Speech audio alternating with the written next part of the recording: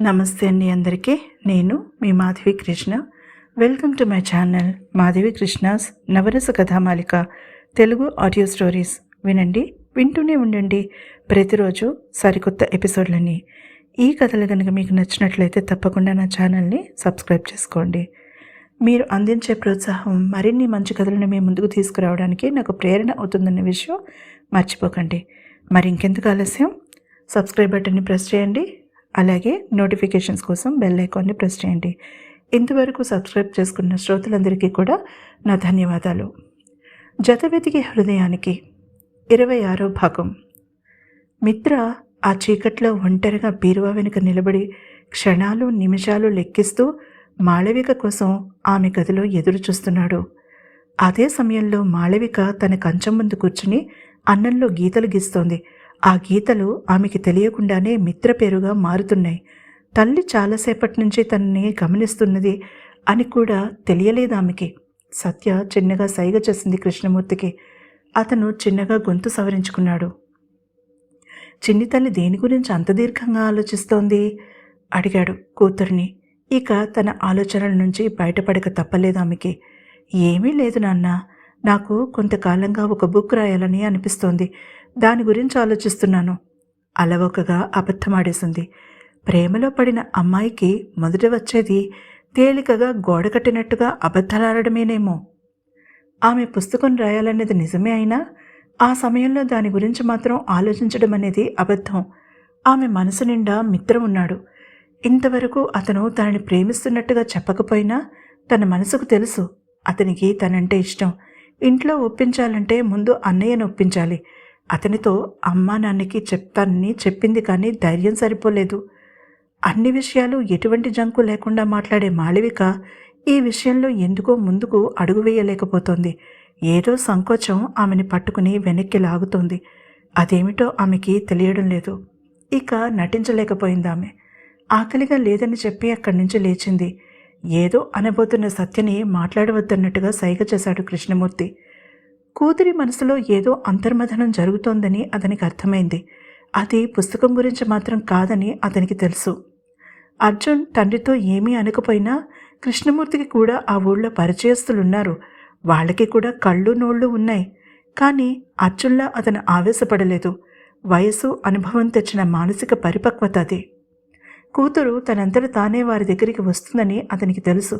కనీసం అర్జున్కైనా చెప్తుందని అతని నమ్మకం. కానీ ఆ సమయంలో కూతురి గదిలో ఆమె ప్రేమించినవాడు రహస్యంగా ఆమె కోసం పొంచి ఉన్నాడని అతను ఊహించలేదు. అది మాళవిక జీవితాన్ని పూర్తిగా మార్చివేయబోతోందని కూడా అతనికి తెలియదు. మాళవిక వంటగదిలో తన పని పూర్తి చేసుకుని తన గదికి వచ్చేసరికి ఇంచుమించుగా 10 గంటలు కావస్తోంది. తల్లి తండ్రి తమ గదిలోకి వెళ్ళిపోయిన చాలాసేపటి వరకు ఆమె హాల్లో కూర్చుని టీవీ చూసింది. స్థిరంగా ఒక ఛానల్ మీద నిలవలేదు ఆమె దృష్టి. అలా నిమిషానికి ఒకసారి మారుస్తూనే ఉంది. ఆమె ఆలోచనల్లో మెదులుతున్న మనిషి తన గదిలో గత గంటన్నర నుంచి అలాగే నిలబడి ఉన్నాడని తెలిస్తే ఆమె ఏం చేసేదో మరి. 10 గంటల సమయంలో విసుగ్గా లేచి టీవీ ఆఫ్ చేసి తన గదిలోకి నడిచింది.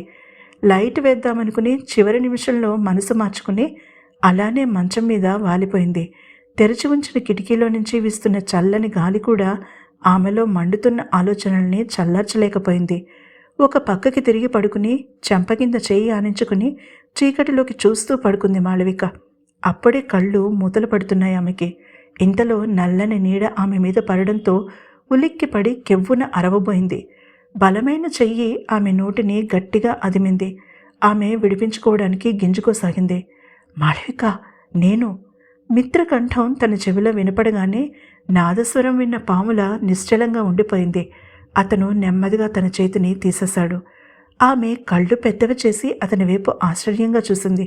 ఆ సమయంలో అతను తన గదిలో తన కోసం ఎదురు చూస్తున్నాడు అని అర్థమయ్యేసరికి ఆమె మాట రానట్టుగా ఉండిపోయింది. మిత్ర ఆమె మీదకి కొద్దిగా వంగి ఉన్నాడు. ఆమె వెళ్ళకిలా పడుకుని అతని వైపు చూస్తోంది. ఆమె పడుకున్న భంగిమ అతనిలో వేరే ఆలోచనలు కలిగిస్తుంటే చటుక్కున లేచి తిన్నగా నిలబడ్డాడు. ఆమె నోరు విప్పి ఏదో అనబోయేంతలో ఆమె పెదవులపై తన వేలిని ఉంచి మాట్లాడవద్దన్నట్టుగా తల అడ్డంగా ఊపాడు. నెమ్మదిగా కిటికీ దగ్గరికి నడిచి తలుపులు మూసేశాడు. రిస్క్ తీసుకోదలుచుకోలేదు అతను. గదిలో చిమ్మ చీకటి అలుముకుంది. అతను చీకటిలో నడవడం అలవాటు ఉన్నవాడిలా కనీసం తడుముకోకుండా స్విచ్ బోర్డు దగ్గరికి నడిచి బెడ్ లైట్ ఆన్ చేశాడు. సన్న నీలిరంగు వెలుతురు గదంతా పరుచుకుంది. రాయంచలా బెడ్ మీద నుంచి లేచి తన వైపు అడుగులు వేస్తున్న మాళవిక డ్రెస్ని అప్పుడు గమనించాడు మిత్ర. 2 పీస్ నైటీ అనుకుంటా, పైది తీసేసినట్టుంది. లోపల స్లీవ్లెస్ నైటీ మాత్రం వేసుకునుంది. ఒంటికి అతుక్కుని ఉన్న ఆ ముదురు రంగు నైటీలో ఆమె శృంగార నాయికలా ఉంది. అతని గొంతు తడారిపోయింది. మిత్ర, వచ్చిన పని గుర్తు తెచ్చుకో, అంతరాత్మ గట్టిగా హెచ్చరించడంతో చప్పున చూపును మరల్చుకున్నాడతను. ఈ సమయంలో ఇక్కడేం చేస్తున్నావు? కళ్ళతోనూ చేతులతోనూ సైగ చేస్తూ అడిగింది మాళవిక. అతనికి సమాధానం వెంటనే గుర్తురాలేదు. మరింత దగ్గరికి వచ్చింది అతనికి. అప్రయత్నంగానే అతని అడుగు వెనక్కి పడింది. ఆమె పెదవులు అల్లరిగా విచ్చుకున్నాయి. ఆడపిల్ల గదిలోకి ఇలా రావచ్చా? పెదవులు కదిలించింది శబ్దం రాకుండా.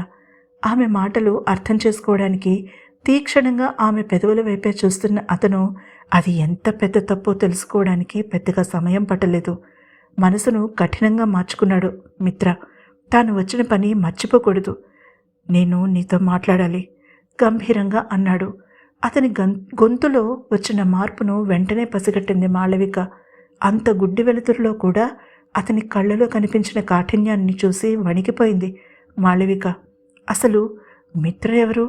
అతన్ని అంచనా వేయడంలో తను పొరపాటు చేసిందా?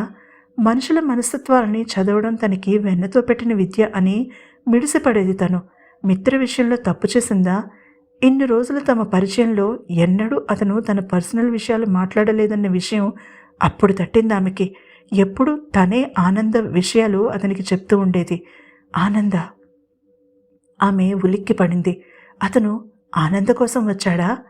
ఆమె మొహంలో మారుతున్న భావాలను జాగ్రత్తగా పరిశీలిస్తున్నాడు మిత్ర. ఆమె ఇంచుమించుగా తన విషయం గ్రహించగలిగిందని అతనికి అర్థమైంది. అతను బలంగా ఊపిరి పీల్చి వదిలాడు.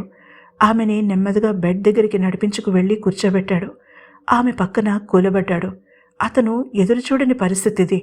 ఆ అమ్మాయికి తను సమాధానం చెప్పుకోవాల్సిన పరిస్థితి వస్తుందని అతను ఎక్స్పెక్ట్ చేయలేదు. అతని మనసు అతనికే తెలియడం లేదు. ఒక పర్పస్ కోసం ఆమెతో పరిచయం పెంచుకున్నాడు. అలానే అనుకున్నాడు ఇన్ని రోజులు. కానీ ఈ ఏకాంతం, సన్నని వెలుతురు, ఆమె సాన్నిహిత్యం అతని ఏకాగ్రతని చెదరగొడుతున్నాయి. అతని మౌనం ఆమెని విపరీతంగా భయపెట్టింది. ఆమె అంతకు ముందులా అతని దగ్గర సేఫ్గా ఫీల్ అవ్వలేదు. గబుక్కున తన నైటీ అందుకుని తనని తాను కప్పుకుంది. చెళ్ళను కొరడాతో కొట్టినట్టయింది అతనికి. అతని జీవితంలో అలా ఒక ఆడపిల్ల తన మీద నమ్మకాన్ని కోల్పోవడం అది రెండోసారి. ఆనంద దగ్గర ఆ నమ్మకాన్ని కోల్పోయినప్పుడు అంత బాధ అనిపించలేదు. కానీ ఇప్పుడు మాళవిక తనకు దూరంగా జరుగుతుంటే తెలియని బాధ అతని మనసును పట్టి పీడించడం మొదలుపెట్టింది. నిర్దాక్షిణ్యంగా ఆ బాధని పక్కకి నెట్టేశాడతను. నేను నీతో కొన్ని విషయాలు చెప్పాలి మాళవిక అన్నాడు. ఆమె చేతిని తన చేతిలోకి తీసుకోవాలనుకున్నాడు. కానీ ఆ ధైర్యం చేయలేకపోయాడు. ఆ నిశరాత్రిలో కొద్ది రోజుల క్రితమే పరిచయమైన ఆ అమ్మాయి ముందు తన జీవితపు రహస్యాలన్నిటినీ బయటపెట్టాడతను. ఎందుకో ఆమె దగ్గర ఏమీ దాచాలని అనిపించలేదు. అంతా చాలా శ్రద్ధగా వింది మాళవిక. ఆమె మనసుకి అంతా స్పష్టంగా అర్థమైంది. కళ్ళకి కమ్మిన పొరలు విడిపోయాయి. మిత్ర తనని ప్రేమించలేదు, అవసరం కోసం స్నేహం చేశాడు. అది అర్థం చేసుకునేసరికి ఆమె సున్నితమైన హృదయం ముక్కలైపోయింది. పదునైన కత్తితో తన గుండెని మిత్ర చిత్రం చేసినట్టుగా అనుభూతి చెందింది ఆమె. కొన్ని క్షణాల మౌనం తర్వాత ఆమె నోరు విప్పింది. రేపు 10 గంటలకి ఆనంద్ ఇంటికి రండి మిత్ర. ఆ టైంకి అన్నయ్యని అక్కడికి రమ్మంటాను. విషయాలన్నీ క్లియర్గా మాట్లాడుకుందాం చెప్పి మంచం మీద నుంచి లేచి నిలబడింది. అతను కొయ్యబారిపోయాడు ఆమె ప్రవర్తనకి. ఒక్క క్షణంలో తనని పరాయివాణ్ణి చేసేసింది. మీరు అని తనని సంబోధించి. ఆడపిల్లలు ఎంత కఠినమైన హృదయం కలవాళ్ళు ఒకే ఒక్క క్షణంలో అంతా మర్చిపోగలరు. అందుకే తను ఈ ప్రేమ అనే చక్రబంధంలో పడదలుచుకోలేదు. తను అదృష్టవంతుడు కదూ. పీకల్లోత ప్రేమలో పడకముందే బయటపడ్డాడు. మాళవిక తనకి కనువిప్పి కలిగించింది అనుకున్నాడు మిత్ర. అతను మరి ఇక ఏమీ మాట్లాడలేదు. బిజినెస్ మీటింగ్ అయిపోయినట్టుగా లేచి బయటికి నడిచాడు. కనీసం వెనక్కి తిరిగి చూడలేదు. ఒకసారి అతను వెనక్కి తిరిగి ఉంటే మాళవిక కళ్ళు వర్షించడం అతనికి కనిపించుండేది. కనీసం తన వైపు ఒక్కసారి కూడా చూడని ఆ మనిషిని తాను ప్రాణం కన్నా ఎక్కువగా ప్రేమించినందుకు గుండెలు పగిలిపోలా ఏడ్చింది మాళవిక ఆ రాత్రంతా. తన తొలి ప్రేమ అంత భయంకరంగా విఫలమవుతుందని ఆమె అనుకోలేదు.